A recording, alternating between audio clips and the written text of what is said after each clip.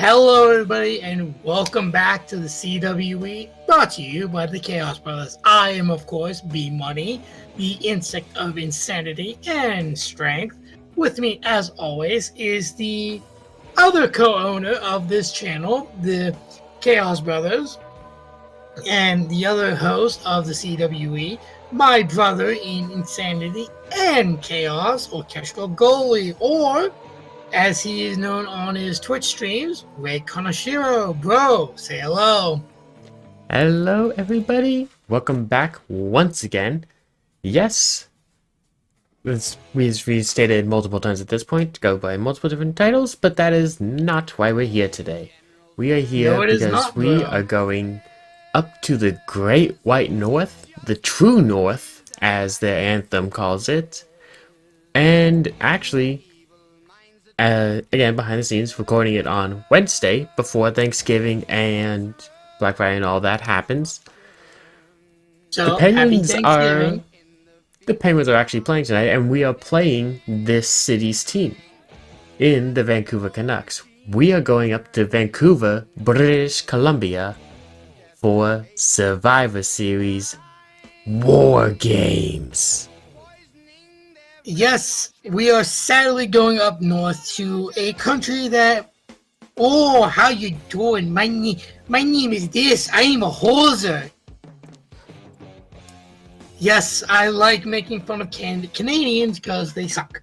They gave us the hockey, gave us one of the greatest sports in hockey. They gave us Sidney Crosby, and they gave us Maple syrup. And Mario Lemieux, and Wayne Gretzky, and Justin Bieber. We don't talk about that little fucking vanilla midget, first of all. But I would like to point something out. I'm really fucking hoping that the next Survivor Series we do next year goes back to the traditional 5-on-5. I'm sorry, I miss the classics.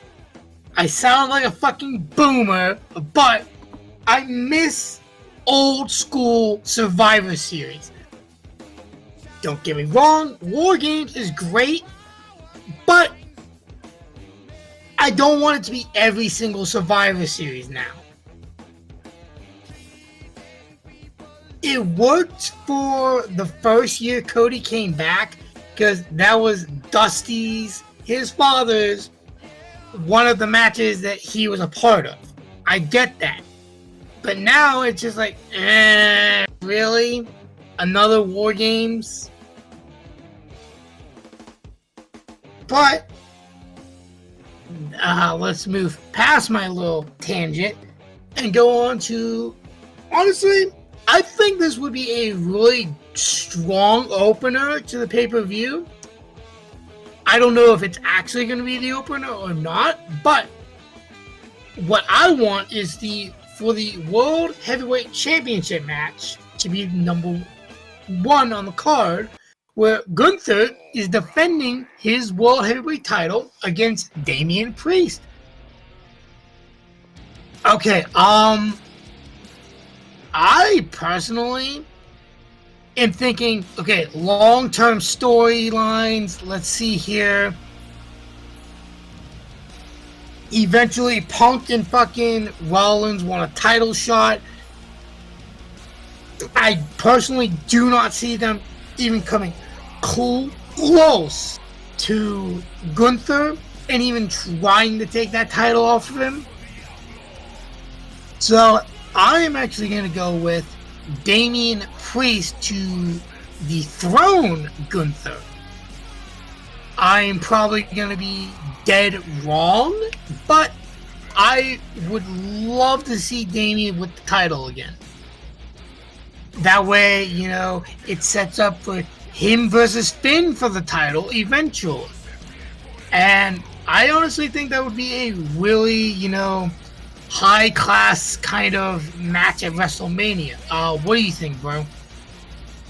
Yeah, I think that'll be a good match, and would be a good match down the line. But we're starting it off the way that we always do. Well, we don't always start off this way, but for us, it's a guarantee that this is gonna happen. I'm actually gonna go with Gunther to win this match. I feel like he needs to win a title defense or two solo, so that to at least some extent they can be put to rest of he can only defend it when Imperium or other people are involved to help him.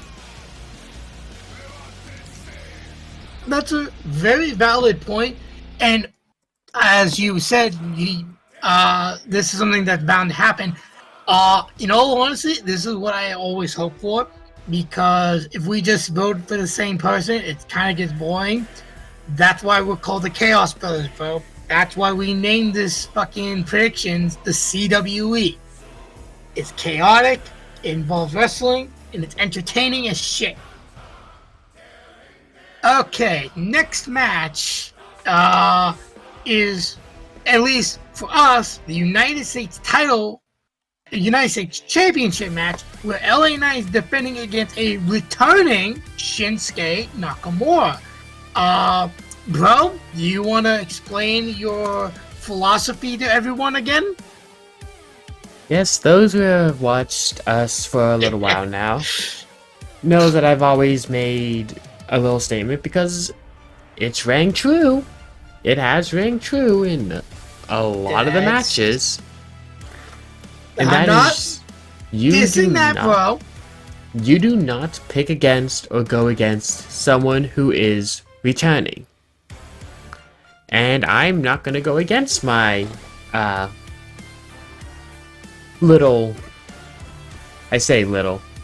my theory behind all that, and I'm gonna go with Shinsuke to win.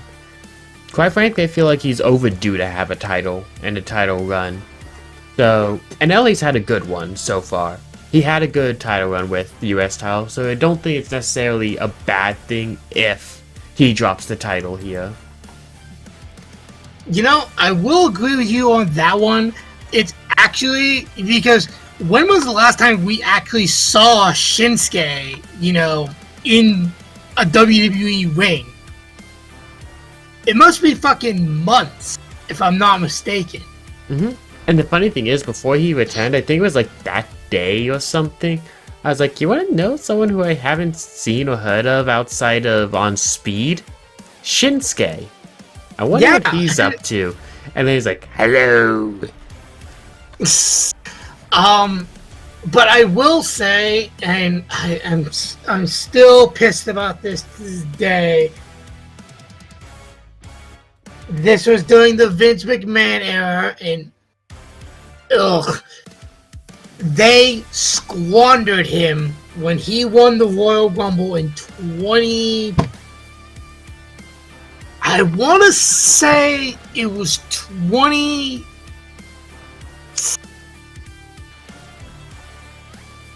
16 or 17. You know what? Fuck it. I need to look this up. Royal Rumble winner 2017. I know. Okay, motherfucker. Okay, no, that was Orton. So 2016. 2018. Thank you. Where he went on to go and face AJ Styles for the WWE title. However, he lost that match, and then proceeded to, in the most dumbest way possible, turned heel at the end of the match. After he bows and gives AJ Styles the title, he low blows him. I remember seeing that clip. A face versus face match at WrestleMania, mind you, bro. And they had to turn him heel at the very end. It doesn't make any shit sense to me. He should have absolutely have won that title, because look at him now. He's only held the tag titles and both mid-card. He's never held the world title. At this point in his career in WWE, he should have been a WWE champion. But because Vince is Vince, he never got that chance.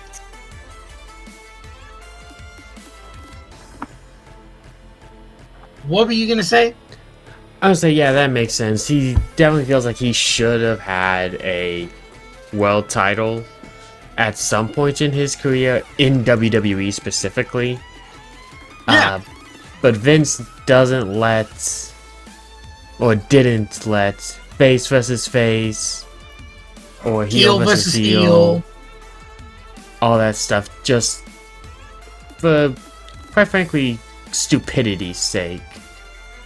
Now, I will say, I believe there is one time where he actually did a heel versus heel match, and that was at Survivor Series. I can't remember the year, but it was Sheamus and Cesaro, known as The Bar, versus, I believe, the Authors of Pain, with Drake Maverick as their manager.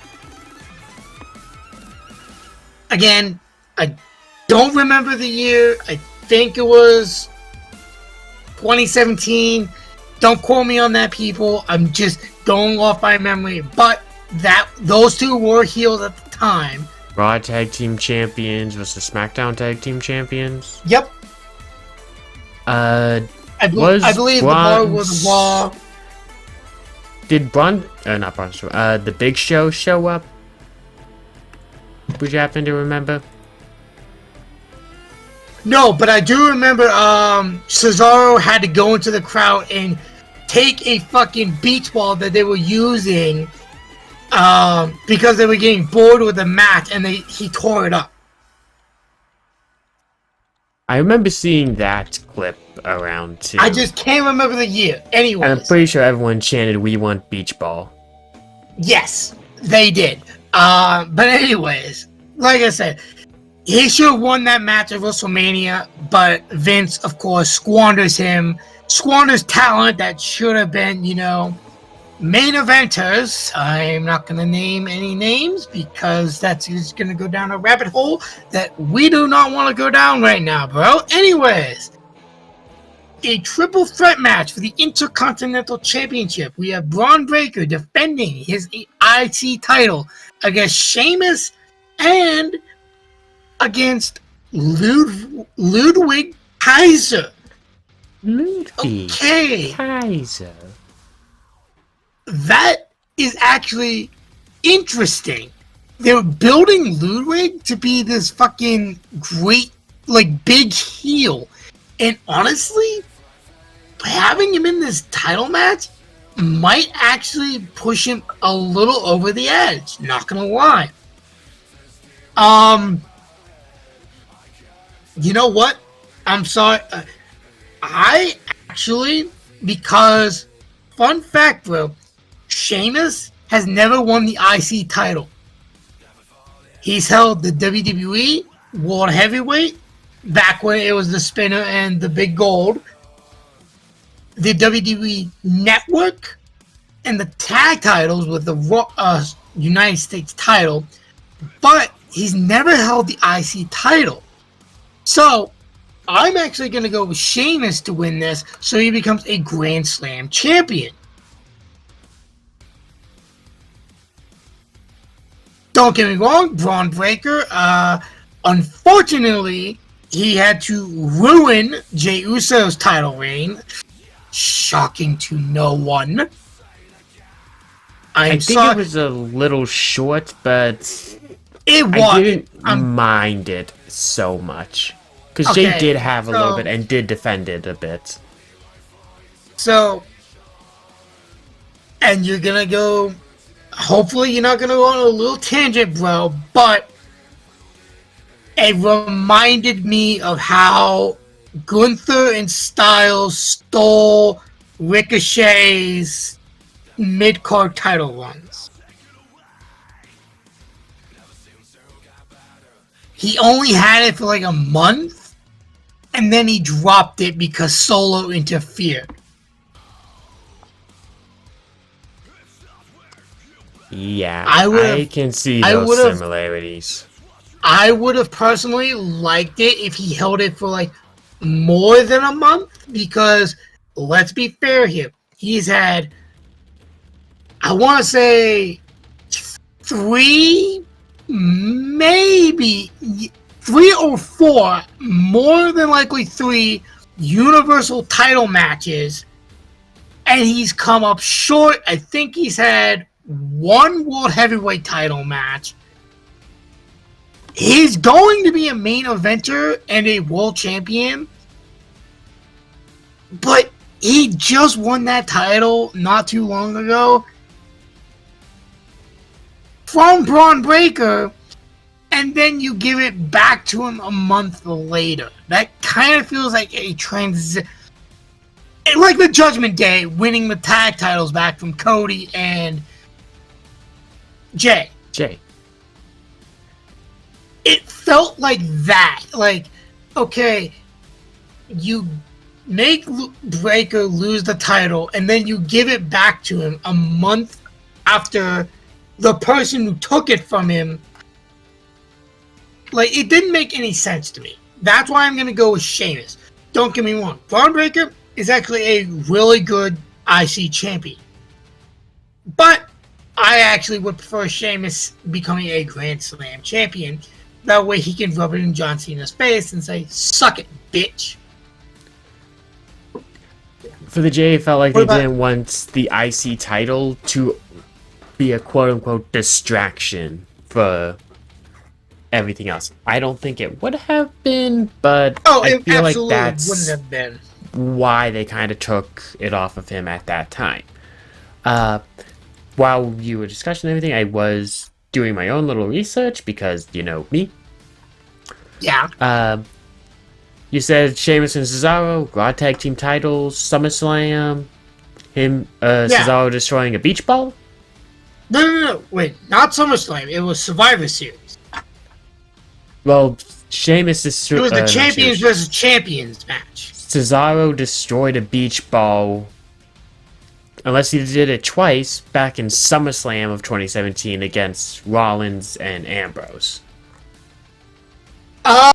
Oh, wow, I'm so fucking retarded. I knew...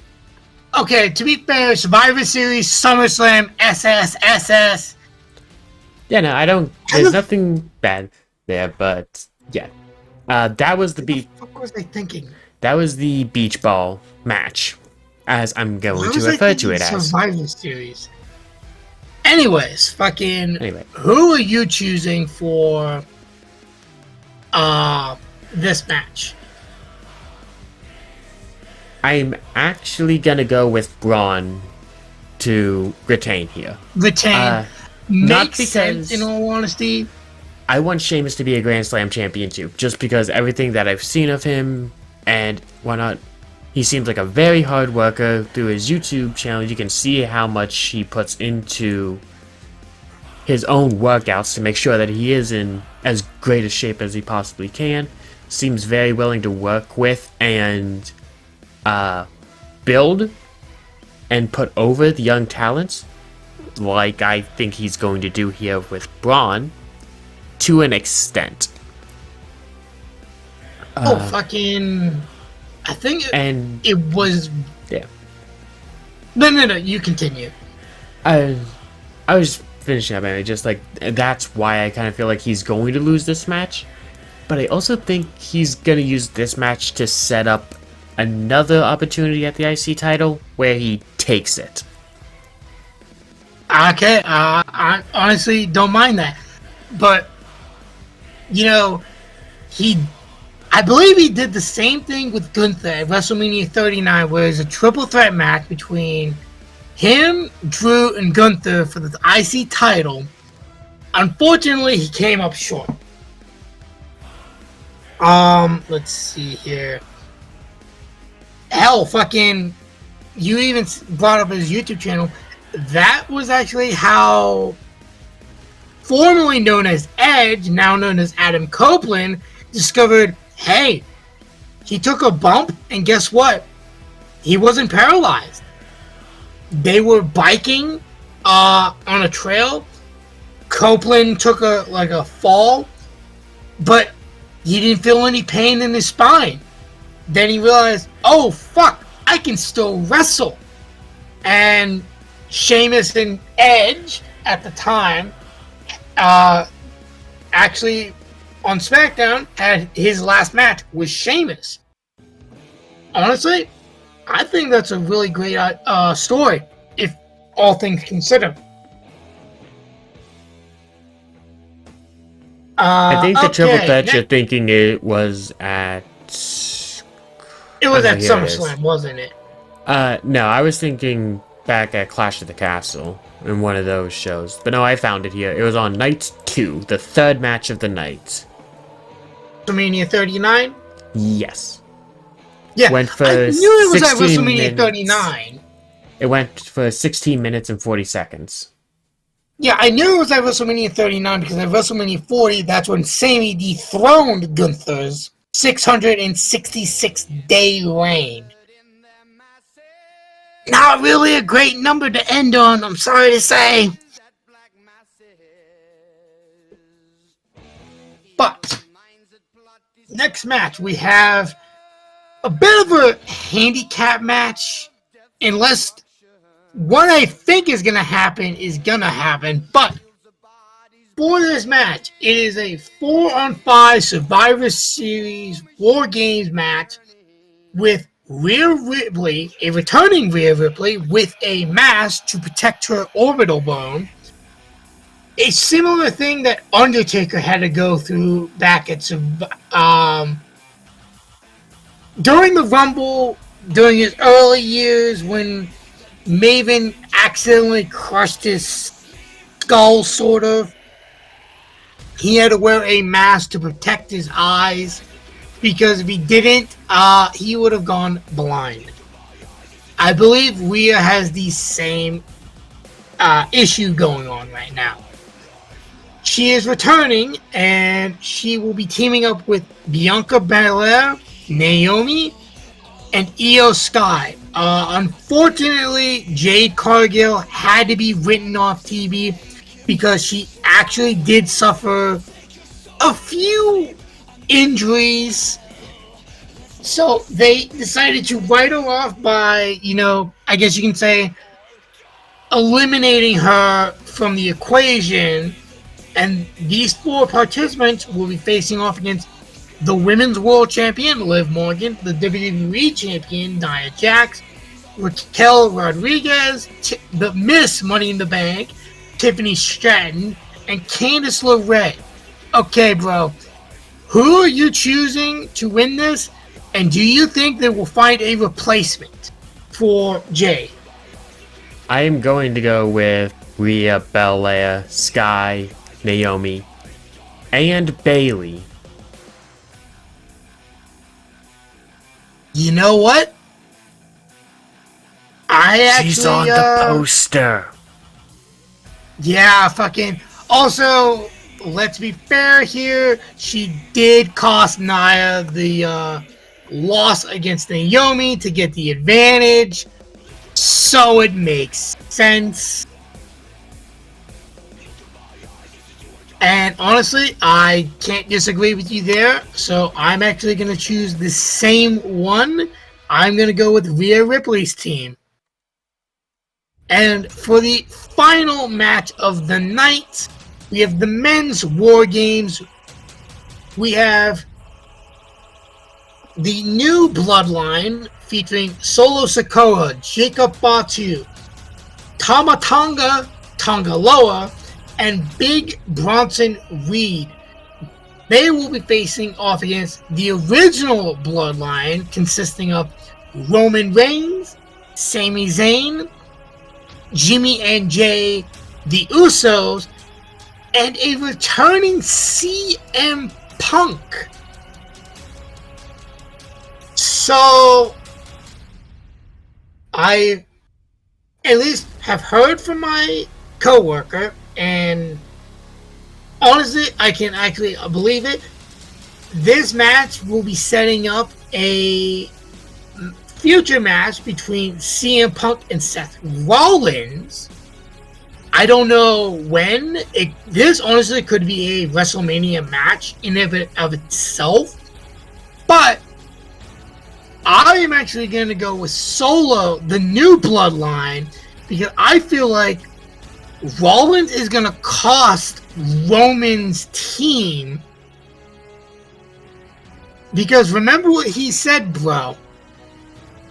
I will team with the Usos. I will team with Sami Zayn. But I will not team ever again with that tyrant, Roman Reigns. He might not have, but Punk sure as hell would. There is just one thing with the whole Punk. When he showed up and officially joined the team, you could see he said something, and granted, I'm not the greatest lip reader, so people that are better, feel free to correct me. But it looked like he was saying, I'm not doing this for you, referring to Roman. I'm doing this for him, referring to Heyman. Because CM Punk and Paul Heyman were always 1-for-1. And I have a question for you. Okay. Do you think CM Punk, outside of the Heyman connection, makes sense in this match to be the 5th member? Okay. Okay, so it's a coin flip. Now, hear me out here. Remember fucking when Heyman was still a part of the new bloodline? Back when Cody Owens, when they were in Chicago. Punk came out and he says, I acknowledge I don't see a tribal chief and I see some fake ass Usos. Fake ass Usos. Yeah. And a cosplaying tribal chief. Exactly. I can see him being a part of this match because of that. You know, putting Solo in his place, that you're not the real tribal chief. I can see that. But besides that, I personally do not see this making any sense whatsoever. Personally speaking, I was talking with my coworker about this. I actually thought, okay, you know, it's at Survivor Series. They're in the cage. Fucking Solo, the new Bloodline's entire team comes out. The clock starts ticking down for Roman's team. But there's no one there until you hear Paul Heyman saying, ladies and gentlemen, and then my name is Paul Heyman, and I would like to introduce to you the 5th member of the OTC's team, Jacob Fatu's brother, Zilla Fatu.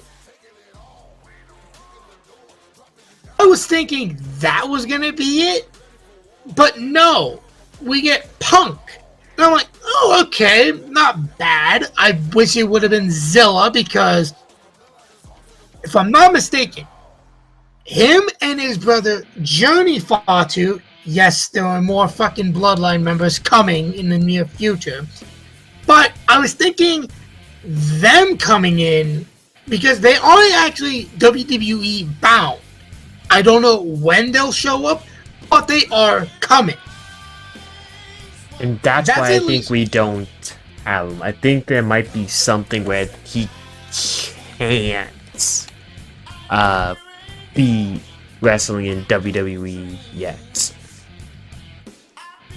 So I believe he did sign something. It just, they need to come up with a way to bring him in, is what they're trying to figure out.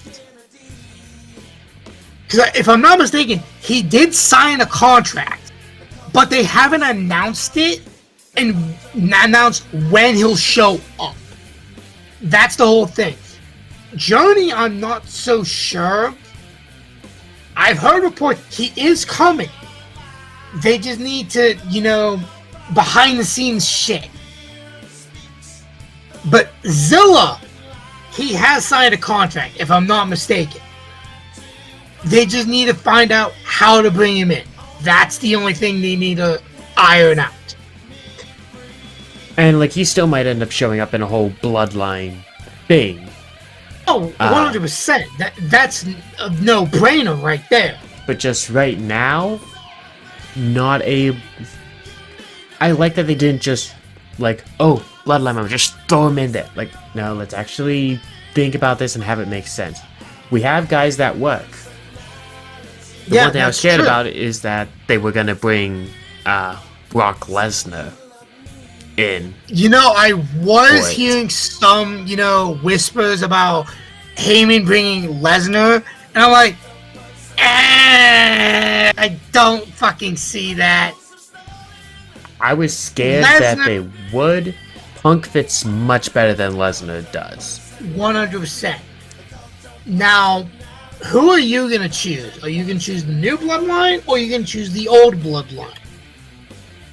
I'm going with the original bloodline with this. I just think it fits better. You can set up more matches rather than running the same. I mean, it's still going to be the same story, no matter who wins it, if you go with more matches between the two teams. But I think it just works better and fits more if you have the new bloodline go losing to the originals, especially now that they are back at full strength. They are. You have the Usos back together. You have Roman back together with their family. You have Sammy, who, quite frankly, during the original run, was the best part of the bloodline. Back with them. There's some stuff that you can still work on internally with the original bloodline that I think they will, but I just think it works better and is more satisfying with the original bloodline picking up the win here. Makes sense, in all honesty. But like I said, the new bloodline setting up for, an eventual feud between Punk and Rollins. That's why I chose the new bloodline. Now, I think you can still do that though, because let's be fair. Tamatanga, Tangaloa, and Jacob. Can't do this with Jacob, but I think you can do it with one of the Tongans. They're both, all of them are still pretty green in WWE. They've never, ever had an experience like a Wargames match. Who's to say one of them doesn't get knocked out? Obviously not really, but who says one of them doesn't get knocked out and can't compete after the match starts? Like, he's just laying there, there's nothing, you can't go for the pin for whatever reason, but they're just laying there and completely out of commission. Rollins comes down, tries to interfere in it, but Punk's intercepting him and taking care of Rollins, so it's just the original bloodline versus the new bloodline still. Like, fully just those two. I don't think you could really do it with Bronson Reed, just because of how they built them up to this point. So I think if you're gonna do that, which I would actually enjoy seeing and think would be really nice, you have to do it with one of the Tongans. You gotta. Go with Tama Tonga, in all honesty, because I've heard that Tonga Loa is prone to, botches left and right, and I'm like, ugh. Like when he debuted, he tried to low blow Kevin Owens, didn't work out, and he had to do it again. But I will say, like I said before, fucking when I was talking about Zilla, it does actually make sense, you know, not like the bloodline sort of deal, but it would actually make more sense for him to join Roman's team, because now this is like a stretch, but his finisher move is a combination between Roman's Superman Punch and his father Umaga's Samoan Spike. I believe it's called the Super Samoan Spike, where he does the same thing as Roman, it just he has the spike out when he punches.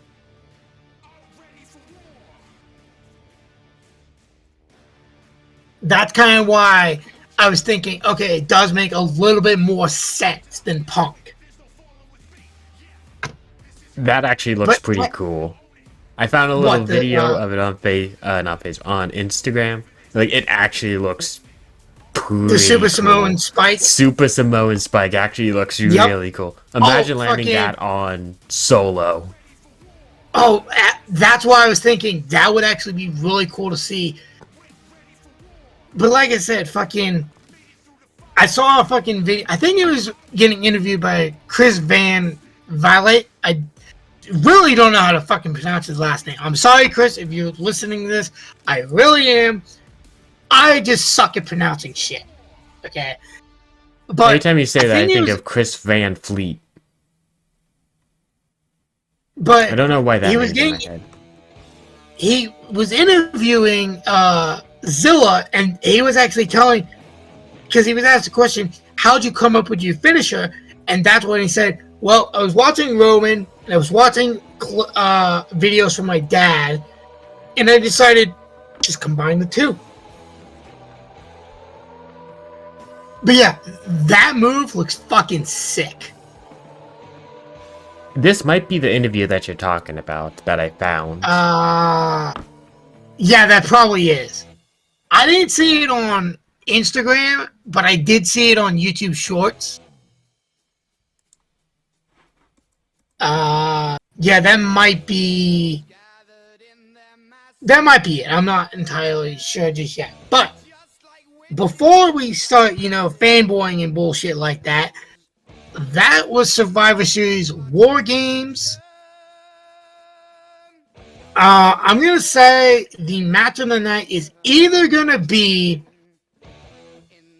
hell, I'll say it, fucking either the World Heavyweight title or the Bloodline War. Personally speaking.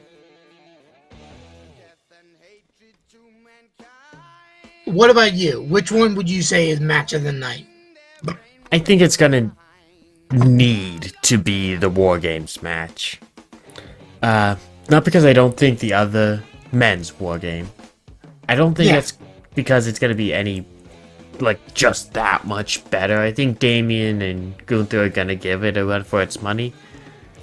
But that is the one that's gonna have a carried story past tonight, really.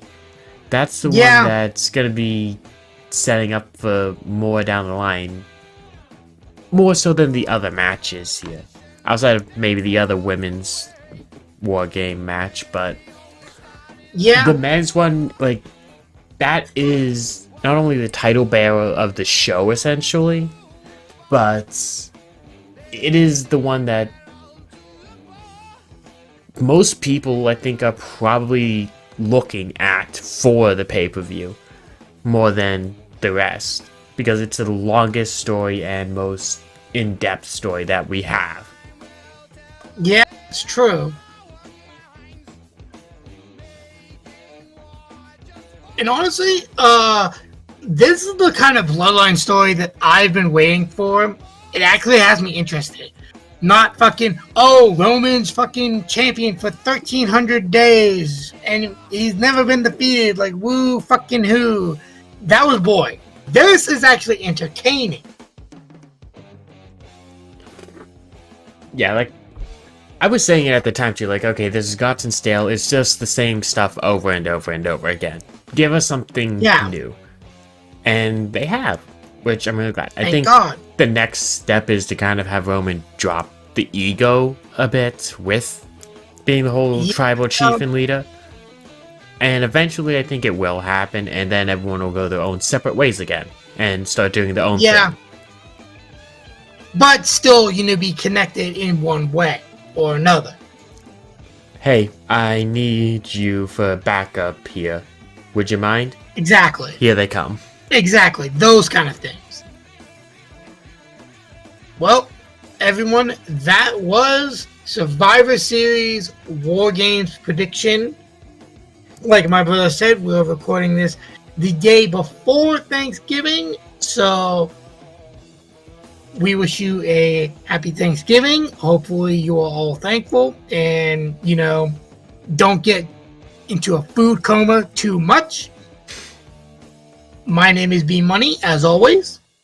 And I am Orchestral Goalie or Ray Kanashiro.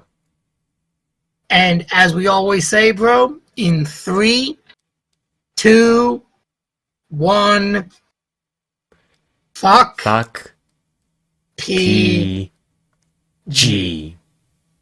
Thank you everyone for watching, and we'll see you, I believe, in January, because I don't believe there's going to be a pay-per-view in December. It'll be tight to try to fit one there, but yeah. We'll see you in the next one, everyone. Peace.